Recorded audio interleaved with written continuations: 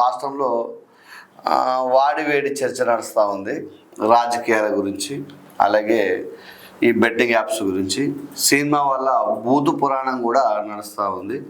నిన్న రాబిన్హుడ్ అనుకుంటా cinema release function లోపల, అదే మన ప్రీ రిలీజ్ ఫంక్షన్ లోపల రాజేంద్ర ప్రసాద్ గారు కొన్ని వ్యాఖ్యలు చేయడం జరిగింది. వార్నర్ను పట్టుకొని, అంటే మంచి క్రికెటర్ ఆస్ట్రేలియాకు సంబంధించిన క్రికెటర్.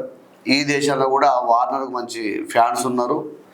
ముఖ్యంగా తెలంగాణ రాష్ట్రంలో హైదరాబాదుకు ఏదైతే ఎస్ఆర్ఎస్ ఉందో దానికి కెప్టెన్ కూడా వివరించిన వార్నర్ మీద కొన్ని అనుచిత వ్యాఖ్యలు రాజేంద్ర ప్రసాద్ గారు చేయడం జరిగింది.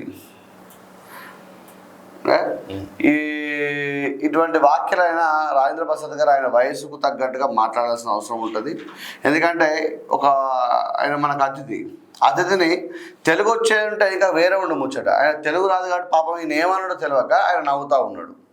మీరు గమనించండి మిత్రమా, ఈయన ఏమన్నాడు ఆయనకు అర్థం కాక నవ్వుతూ ఉన్నాడు. దొంగ ముండా కొడుకు వార్నరు అది అని మాట్లాడుతూ ఉంటే సిగ్గుండాలి కదా, మీ వయసుకు తగ్గట్టుగా మాట్లాడాలి కదా. ఇదేం పద్ధతి?